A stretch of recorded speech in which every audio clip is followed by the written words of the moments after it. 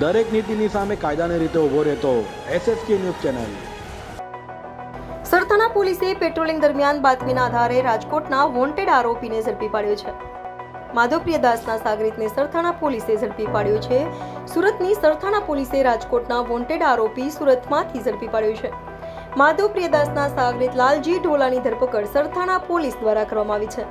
ફરિયાદીને ગૌશાળા બનાવવા અને પોઈચા જેવું મંદિર બનાવવા માટે રૂપિયા પડાવ્યા હતા અને જમીન માટે રોકાણના નામે રૂપિયા પડાવ્યા હતા તો રોકાણ કરાવ્યા બાદ હાથ ઉપર કર્યા હતા। 10 લોકો સામે રાજકોટના ભક્તિનગર પોલીસ મથકે ફરિયાદ નોંધાઈ હતી, જેમાં ઝડપાયેલો લાલજી ઢોલા વોન્ટેડ હતો।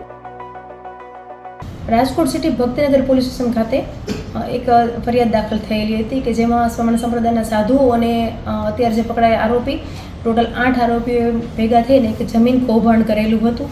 એના અનુસંધાને અમને રાજકોટ સિટી પોલીસથી ક્રાઇમ બ્રાન્ચને ટીપ મળેલી। એ ટીપ અમને સરથાણા પોલીસના વિસ્તારમાં આરોપી હાલ હાજર છે અને એ અનુસંધાને સરથાણા પોલીસના વિસ્તારમાં તે આરોપીને ઝડપેલું છે। જે ઝડપેલા આરોપી છે તેનો શું રોલ છે?